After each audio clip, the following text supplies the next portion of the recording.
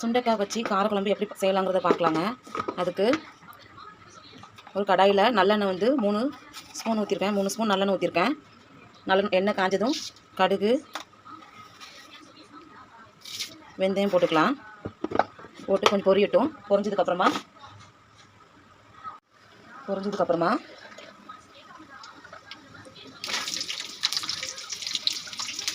இந்த சைஸ் பூண்டு தாங்க, ஒரு 30 பல் பூண்டு,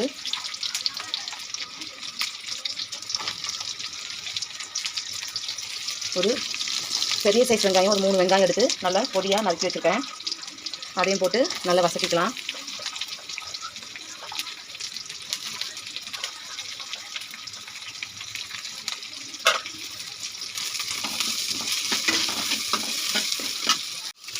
கருவேப்பிலை தேவைக்கு போட்டுக்கலாங்க.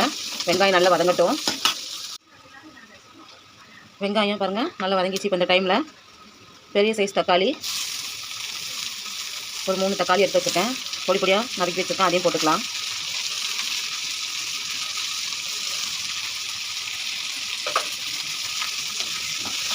நல்லா வதங்கட்டுங்க.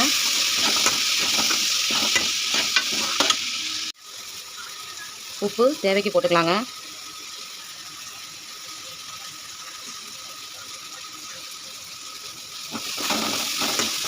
போட்டு வதக்கிக்கலாம். தக்காளி வெங்காயம் நல்லா வதங்கின அப்புறமா சுண்டைக்காய் வந்து நசுக்கி ஒரு 3 தடவை கழுவி வச்சுருக்கேங்க, அதையும் போட்டுக்கலாம். சுண்டைக்காய் பூண்டு இதெல்லாம் வந்து குடல் புண்ணுக்கு ரொம்ப நல்லதுங்க.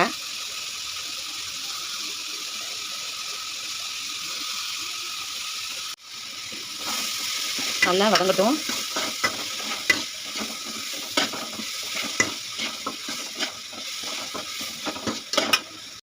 பாருங்கள் நல்லா வதங்கிடுச்சு. சுண்டைக்காய் நல்லா வதங்கினாதான் கொஞ்சம் கசப்பு தன்மை இல்லாமல் இருக்கும். நல்லா வதங்கிடுச்சு. இப்போ நம்ம புளி கரைச்சி ஊற்றிக்கலாங்க. புளி ஊற வச்சுருக்கோம் இல்லையா, அதை கரைச்சி ஊற்றிக்கலாம். புளி கரைச்சி ஊற்றியாச்சுங்க. இப்போ அது கூட கொஞ்சமாக தண்ணி விட்டுக்கலாம்.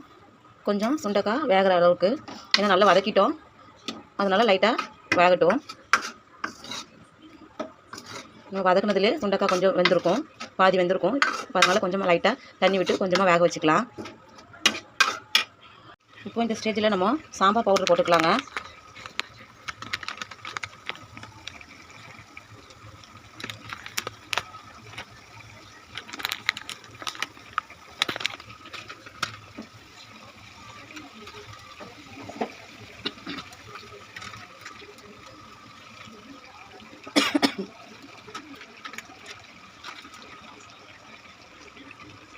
இந்த ஸ்பூனுக்கு தான் 4 ஸ்பூன் சாம்பார் பவுடர் போட்டிருக்கேன்.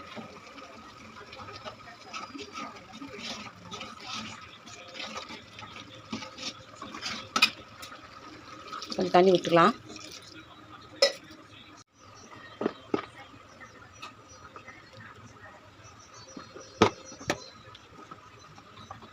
சாம்பார் பொடி போட்டது சின்ன ஸ்பூன் தாங்க, உங்களுக்கு காரத்துக்கு ஏற்ப நீங்கள் போட்டுக்கோங்க. இந்த பாருங்கள் தனி மிளகாத்தூள் இந்த ஸ்பூனுக்கு ஒரு 1/2 ஸ்பூன் போடுறேன். ஏன்னா சாம்பார் பொடி நான் 4 ஸ்பூன் போட்டிருக்கேன், அதனால் அதுவே கொஞ்சம் காரமாக இருக்கும், அதனால் கம்மியாக போடுறேன். மஞ்சள் தூள் ஒரு 1/4 ஸ்பூன்,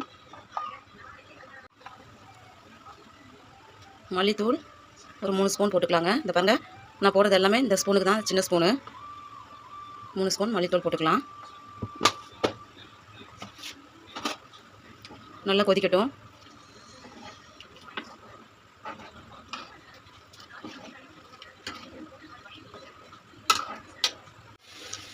அவ்வளோதான் ஃப்ரெண்ட்ஸ். இப்போ பாருங்கள் குழம்பு நல்லா கொதிச்சுட்டு, அவ்வளோதான். இந்த ஸ்டேஜில் அடுப்பை ஆஃப் பண்ணிக்கலாம். உங்களுக்கும் இந்த வீடியோ பிடிச்சினா நீங்களும் ட்ரை பண்ணி பாருங்கள் ஃப்ரெண்ட்ஸ். காரக்குழம்பு